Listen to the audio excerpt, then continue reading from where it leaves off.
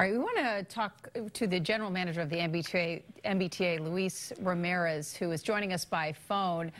Thank you for joining us. Thank you very much. Obviously, you guys have been working hard to clear the tracks ahead of this storm. Can you tell us what you all have done to prepare for this storm? Well, look, we did a number of things before yesterday and then last night.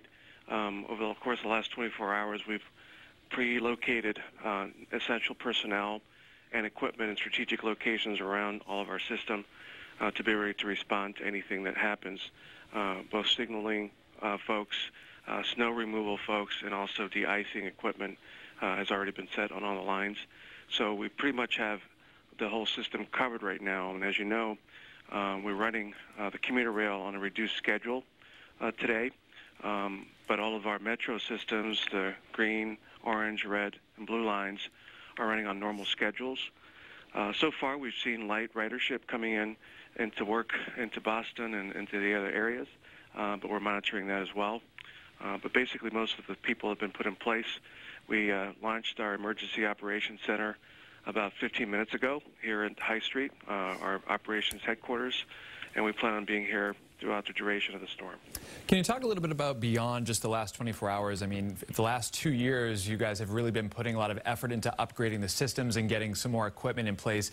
And today's going to be really your first big test since our really bad winter a couple years ago, and how confident you are in the ability to clear those tracks and keep things running smoothly this morning. Yeah, as several people have mentioned in the last couple of years, I mean, we didn't even have the right snow equipment and even the right training and some of the people in place that we have today.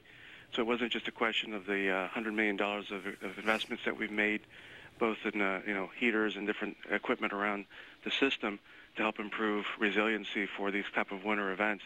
We've also done a lot on the process side. I think it's been a continuous learning for the T.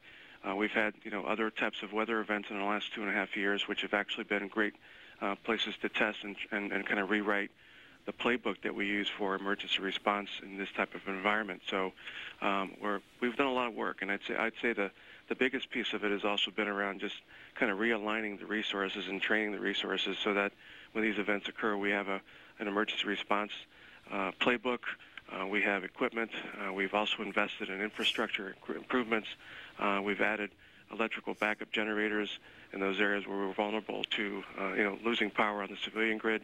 So we've done a number of things, but what makes it all work, I think, is when you kind of train your workforce and your leadership teams to work together to make sure that when the problems do arise, and they're going to arise, that they're able to respond to them in the best way possible. What's your advice to riders who have to use public transportation today, who have to use the T or the Commuter Rail? Obviously, the snow just started falling here in Boston. I can see it outside my window. And as the weather gets worse today, especially during the middle and evening hours, I think it's imprudent to make sure that if you're going to use the system, to just make sure that you give yourself plenty of time for any type of an issue that might arise in terms of delays or anything like that.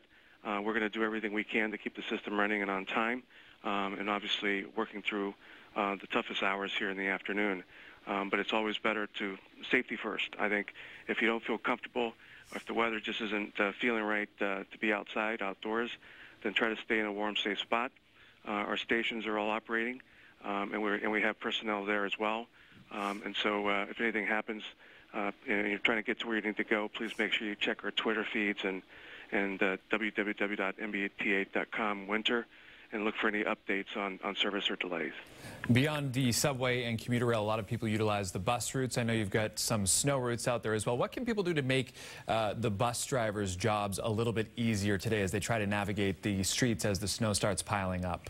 Well, one of the things that we spent a lot of time with in the last year and is really working with the municipalities on making sure that on the snow removal side that we're coordinated and working together to do that. And the bus riders know where the bus stops are, and they also know sometimes that those bus stops are not always going to be clear for some reason or another. One of the things that they can do to help is to let people know if there's something not going on, or the bus area is not cleared from snow, or if they're having other issues trying to get to that area, so we can call it in and try to get that done. Clearly, those bus routes are set up so that we can run them during these type of events, and and our people are trained to help them get to where they need to go. All right, again, we're talking to the general manager of the MBTA, Luis Ramirez. Today, the MBTA will run on a normal schedule on the red, orange, blue, green lines. The commuter rail is running on a reduced schedule. Shuttle buses will replace the Mattapan trolley. MBTA buses are running. Delays are expected. And, of course, safety first, the most important thing for both riders and employees. So thank you so much for joining us and updating us on the situation right now as the storm is just now kicking off. Thank you both.